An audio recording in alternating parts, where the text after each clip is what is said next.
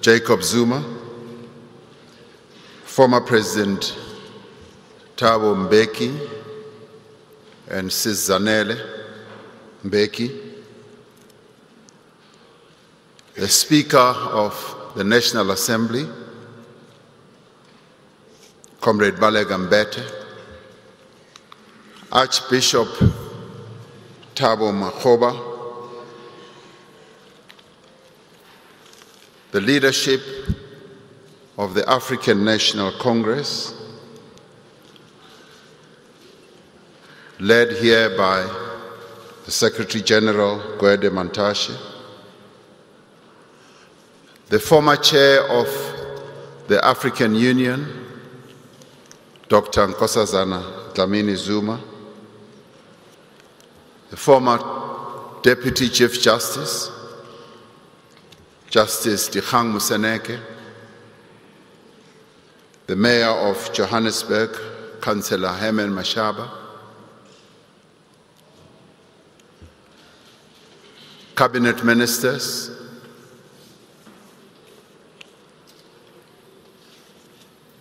I'd like to acknowledge also amongst us Dr. Majoro, the Minister of Finance from Lesotho, and also acknowledge amongst us Ntate Masiribani, the Public Service Minister and Administration from Lesotho. Friends and comrades and fellow mourners, I especially want to extend greetings to the Mamoepa family, and in particular, my sister, Audrey. We gather here to pay our final respects to one of the finest human beings to have walked amongst us as South Africans. Molepiane Ronald Ronnie Mamoepa was indeed a remarkable person who more than most gave real meaning to the expression "Motho ke motho ka batho." His abundant humanity in many ways affirmed and celebrated our shared humanity. Through his vitality, through his passion, his essential integrity, and his abiding love for his people, he reminded us of what it means to be simply human. The way he lived his life and the effect he had on so many of us makes us appreciate the immutable ties that bind one person to another. We have gathered here to give comfort to Audrey, his children, Olefile, Muriel, Sakile, Ntando, and Ufenze, as well as his siblings and all the members of his family.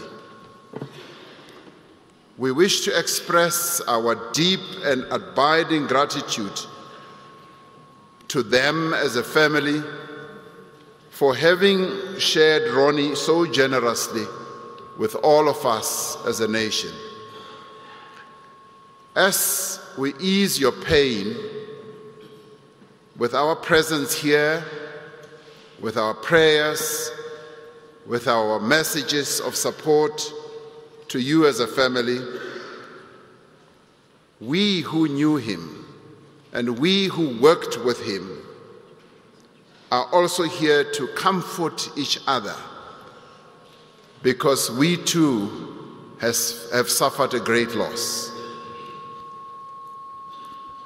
We have each lost a friend, a brother, a colleague, a confidant, a teacher, a mentor, a comforter, and a constant presence.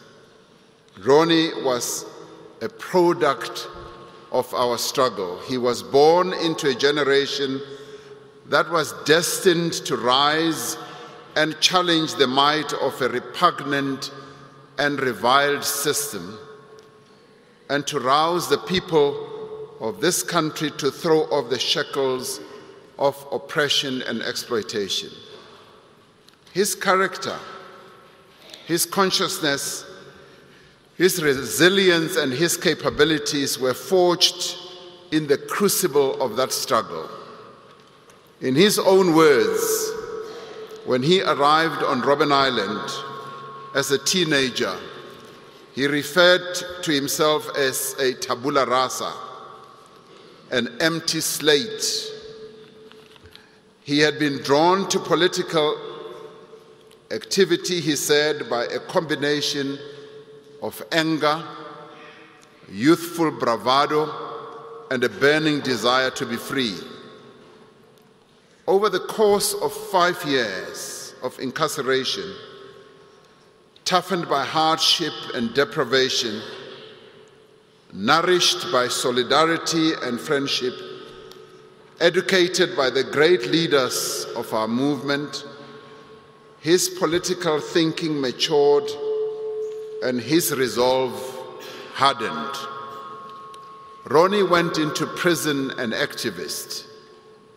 He emerged from prison a revolutionary. If the apartheid government thought that prison would crush his spirit, the spirit of his defiant youth, they were greatly mistaken. Instead, he was emboldened, he was determined, he was ideologically and politically equipped to take forward to even greater heights the struggle for freedom.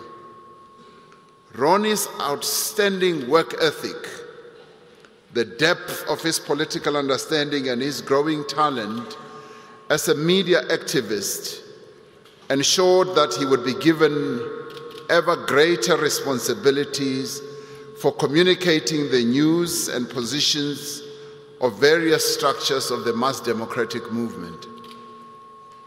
It was in the media team of the National Reception Committee where he proved his mettle as a political communicator. He was among those given the task of presenting to the nation and to the world the released giants of our movement, Walter Sisulu, Govan Mbeki, Raymond Mhlaba, Elias Motsoaledi, Wilton Mkwai, Andrew Mlangeni, and Ahmed Kathrada. He gave a voice to leaders who had been kept silent for decades. It was this role that prepared Ronnie to join and later head the ANC's Department of Information and Publicity. And working at the headquarters of the movement, Ronnie cemented his reputation as an energetic, capable, and resourceful spokesperson. His voice, so recognizable to everyone who knew him, now became known to the nation. Within a short space of time, he made the role his own, developing the skills, the insights, the networks, the instincts that would make him the consummate communicator that so many of us came to know, came to trust, to admire, and to appreciate. With the advent of democracy, he applied all that he had learned on Robben Island, his experience in organizing grassroots structures, the skills that he had acquired in the underground, the finesse that he had acquired in working at the ANC headquarters, to the task that he now faced in government. He was among the first cohort of public servants to serve in the democratic state and was foremost among those who sought to forge a new ethic that placed the interests, the needs, and the concerns of our people first. Ronnie brought to his work his political consciousness and his tireless activism. Ronnie was the quintessential internationalist. This served him well at the Department of Foreign Affairs, where, with his penchant for diplomacy and his love for discovery, he would throw himself enthusiastically into any international mission. Over the past few years, working in the office of the Deputy President, he became an expert on South Sudan, on Lesotho, on Sri Lanka, and indeed on a number of other countries, just as he had become an expert in many other areas that had to do with government policy. Those he interacted with in Lesotho respected and loved him dearly, and hence today we have two ministers from Lesotho, His Majesty the King, King Letsie, and the Prime Minister, Ndade Tom Tabane, both of whom knew him and respected him deeply, were saddened by the news of his death. Even for a person who embraced life with such passion, there were a few things that particularly excited Ronnie. One was communication. He was constantly thinking of innovative ways to reach out to people, to spread the message of his organization, the African National Congress, and of the government that he served. Ronnie's mind was never at rest. Many a colleague had to endure a midnight call from Ronnie to discuss an idea that had just come to him. You heard what Govin said earlier. Ronnie loved to give advice, whether solicited or not, whether welcome or not. I became a victim of Ronnie's advice from time to time, and he sought to be my fashion advisor or consultant. And each time we met, the first thing that Ronnie would look at would be my shoes. And he would say, "Deputy President, why don't you wear modern shoes? Why don't you wear the sharp-pointed shoes that are the quite modern ones?" And he says, "DP, you are so old-fashioned." And he would look at my suits and he said, "DP, suit e ya gago ka re ke raincoat fela." Ronnie loved to tease, to joke, to laugh, to embrace, and to connect. For those of us who knew him, each time Ronnie wanted to express a point or a view, if he felt sufficiently strong about it, he would stand up and be very expressive using his hands. And he would be shaking his hands all over the show to try to convince you to his point of view. But what got Ronnie most excited and most animated was when he spoke to his friends or his colleagues about Audrey. The work that he did often took him away from home and afforded him precious little time for his family. Those who knew him know that much as he was kept away from his family, it was Audrey and the children who occupied his heart. It was their love and their support that sustained him and from which he drew great joy, harmony, and contentment.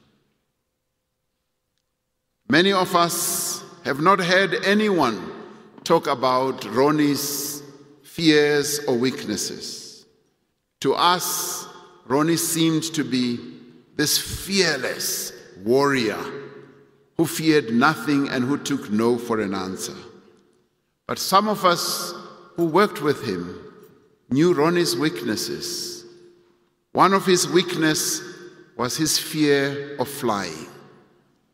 I was telling the president yesterday that Ronnie feared flying so much, but because he was an internationalist, he knew that he had to get on a plane to fly to various world destinations. And each time we were on a plane together, and if it experienced turbulence, Ronnie would almost lie on the floor of the plane, fearing that this plane is going to crash.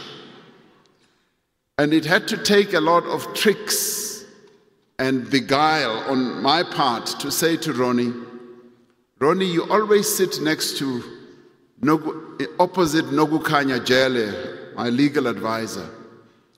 And I say, if this is turbulence and you think this plane is going to crash, just have at the back of your mind that one of the rescue efforts when things like this happen, which could save your life, could be mouth-to-mouth resuscitation.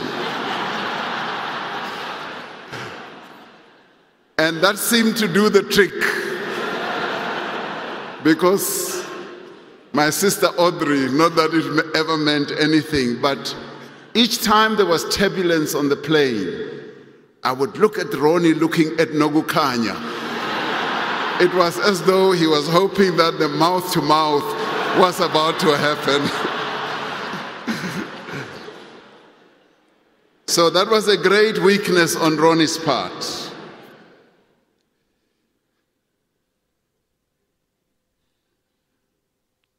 Ronnie was the kind of revolutionary that all of us seek to be. His extraordinary character was made up of virtues that are rarely found together. He stood out as a person of extraordinary integrity, energy, and action. But it was not only that, he was also a person of ideas. All these amazing attributes were combined in him. He was a person of unquestionable integrity, a person of great honor, a person of absolute sincerity, and a person in whose conduct not one stain could be found. He constituted, through his virtues, what can be called a truly model revolutionary. That is why we say, when we think of Ronnie's life, when we think of his commitment to the struggle, that he was a most extraordinary human being, able to unite in his personality not only the characteristic of a person of action, but also a person of ideas, as to be counted among the best our movement has produced. His commitment was unwavering. Even at the most challenging of moments, when others doubted the possibility of success, when some were even reluctant to confront difficult and dangerous tasks, Ronnie did not hesitate, as we have all heard. He was always at the front, ready to do what others did not. He could not be tempted to betray the moral precepts with which he had been raised, nor the revolutionary morality that had become an essential part of his very being. As the corrosive effects of power and authority took hold of many within our movement, Ronnie remained steadfast. He remained honest, true to his word, and true to himself. And above all, Ronnie was a loyal and disciplined cadre of the movement. His discipline was expressed not in blind adherence to organizational authority, but in an appreciation that the power of any revolutionary movement lies in the commitment of its leaders as well as of its members to the service of the people. Without that commitment, a movement becomes ineffective and the struggle could become futile. He understood this because he was well steeped in the history, the traditions, and the values of the African National Congress. He knew the struggles that had been fought by those who came before him. He knew also the sacrifices that those who had come before him had made. He also knew the difficult choices that they had had to make and the political debates that had raged in our movement. The movement has benefited immensely from Ronnie's talent as a seasoned organizer, a campaigner, a tireless worker, and a tough taskmaster. From the earliest days of his political activism through to his years as a senior public servant, there were few who worked with him who could match Ronnie's capacity to work. Ronnie was a communicator not merely by profession, but by conviction, because he understood the revolutionary function of political communications. For him, it was a tool of conscientization as well as mobilization. It was for him a means to inform, to persuade, to convince, to empower, and to overcome ignorance, apathy, and cynicism. Ronnie taught us much about what it means to be a revolutionary, but perhaps the most important thing that he taught us was that a revolutionary must, above all, be driven by love. Love of the people, love of humanity, and love of freedom. In Ronnie, many of us saw a revolutionary who embraces all that is good in people, who celebrates all that is wondrous and respects all that is cherished. We saw a revolutionary who nurtures, who nourishes, who builds, who heals, who unites. Having witnessed the destructive power of racial prejudice, Ronnie was a firm campaigner of non-racialism. For him, non-racialism was fundamental to the struggle for a free and equal society. It wasn't a concession, it wasn't an act of magnanimity. It wasn't even an olive branch extended by the oppressed to the oppressor in the hope that it may be reciprocated. For him, non-racialism, like non-sexism, was an inviolable principle that he would defend, that he would fight for, if need be, for which he would even give his life. He took upon his shoulders the responsibility to liberate not only those who had suffered so severely at the hands of apartheid, but also those who had perpetuated the system and who had also been its beneficiaries. He understood that he had a role to play to liberate them from the false ideology of racial superiority, which brought great material reward, but which eroded their own humanity. He sought a country where all people would be free, where all people would be complete, fulfilled, and at peace. Ronnie loved his movement, the African National Congress. It was not merely a sentimental attachment to this great movement. Rather, it was founded on his belief that the African National Congress was a movement that was engaged in the most noble of human endeavors. The ANC represented to Ronnie what an organization had fought tirelessly to advance, the ideals of solidarity, equality, and freedom.